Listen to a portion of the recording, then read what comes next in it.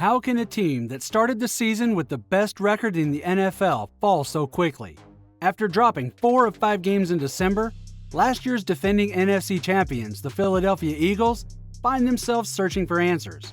Starting a season with a 10-1 win record is often enough for any team in the NFL to build enough momentum to soar through the rest of the regular season and become conference champions. However, the Eagles slumped to an 11-6 record, going 1-5 since Week 12. Now, this simply doesn't happen often in the NFL and indicates big issues in the Eagles camp.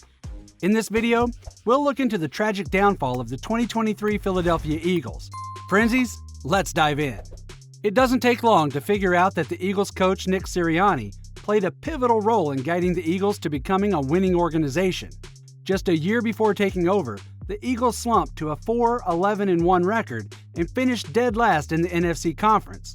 However, the Eagles would go 9-8 the next year, finishing second in the conference before losing to the Buccaneers in the wildcard round. You see, it wasn't until 2022 when the Eagles would rise from the ashes and go 14-3 during the regular season before fighting through the playoffs and finally meeting Mahomes and the Chiefs at Super Bowl 57. Unfortunately for Sirianni and company, the Eagles lost by a narrow 35-38 margin, but the team was looking great heading into the 2023 season. In fact, a 10-1 record in the first few weeks would give them the best record of any side in the NFL, but things just went downhill from there. By the end of the 2023 regular season, the Eagles finished with an 11-6 record and the number 5 seed heading into the playoffs. So, what happened to the Eagles, and why does it seem like they are already knocked out before the wild card has started? If we look back to early December, there is no doubt that everyone believed the Eagles to be the best team in the league. Unfortunately, just a few weeks later, they would face 2 blowout losses to the 49ers and the Cowboys, which seemed to be the tipping point and left Coach Sirianni without an answer. In fact, before this stretch, no team in NFL history had lost consecutive games with more than 20 points after winning 10 games, which proves to have created some issues in the Philly camp. By looking at the stat sheets, you will see that a team that has generated 70 sacks in 2022 just stopped generating pressure on opposing offensive lines.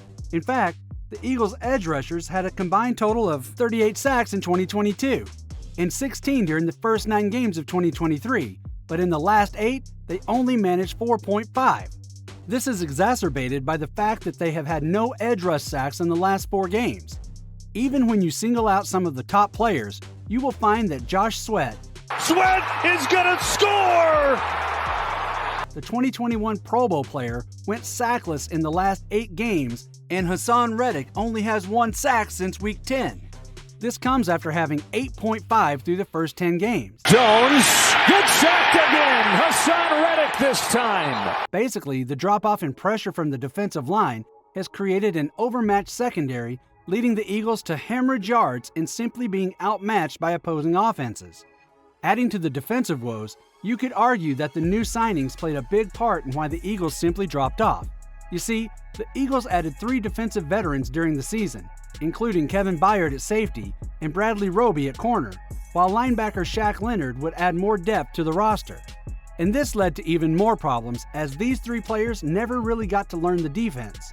In fact, these 3 players played more than 1,000 snaps after being signed, with all results being mediocre at best and leaving Philadelphia with nowhere to turn. In fact, a look at interior lineman Jordan Davis can show you a significant drop-off in production in the second half of the season. He had 2.5 sacks, 2 tackles for loss, a forced fumble, and 5 quarterback hits in 7 games. Since Miami, no significant plays have been recorded. On the other hand, Jalen Carter also showed a drop-off, and even though this wasn't as bad, he still added 2 sacks, 2 QB hits, and 3 tackles for loss in the latter half of the season. These 2 defensive linemen were a big reason for the high defensive production in the first half of the season. To put this into perspective, the Eagles were number 1 in the NFL versus the run, only allowing 66 yards per game. By the end of the season, they found themselves number 31, second to last in the league, at 145 yards per game. This allowed teams to control the clock and wear the Eagles down. Adding to these woes, teams would convert 51% on third downs. Yes, the secondary did slip up occasionally with a few missed tackles and lack of discipline, but this lack of performance versus the run is solely on the defensive line. a big problem for a team loaded with first-round picks and Pro Bowlers. But Jalen Hurts was one of the on-fire quarterbacks, and many expected that the offense could perhaps save the Eagles. If we look at a recent appearance of Christian McCaffrey on Monday Night Football, you can listen to the 49ers running back predict one of the Eagles' plays. Now, if we look at the offensive line and some of the plays, you can see that the Eagles are constantly under pressure, making it much harder for Hurts to get good reads. With this much pressure, opposition defenses simply eliminated the big play opportunities. You see, during the first 10 games, the Eagles had 8 plays of 40 yards or more and 32 plays of 25 yards or more, putting them at number 7 in the league. But during the final few games, they only had 5 plays for 25 or more yards and none for more than 40 yards in the last 4 games. It was this predictability and pressure stacked on them from the defense that made it virtually impossible for the offense to find some form of comfort. Each time Hurts and company would take the field, it was all-out pressure, forcing him to make reads and creating a big drop-off in confidence. Now, many would look at the coaching staff as the problem. While Desai was never one of the best defensive coordinators, things simply got worse once Matt Patricia replaced him as the de facto defensive coordinator. You see, under Desai, the Eagles held opposing offenses to under 20 points more frequently. This includes holding the Patriots to only 20 and following it up by holding the Dolphins and Chiefs to only 11. They held the Rams to 14 and the Bucs to 11, but once Patricia took over, things went into shambles.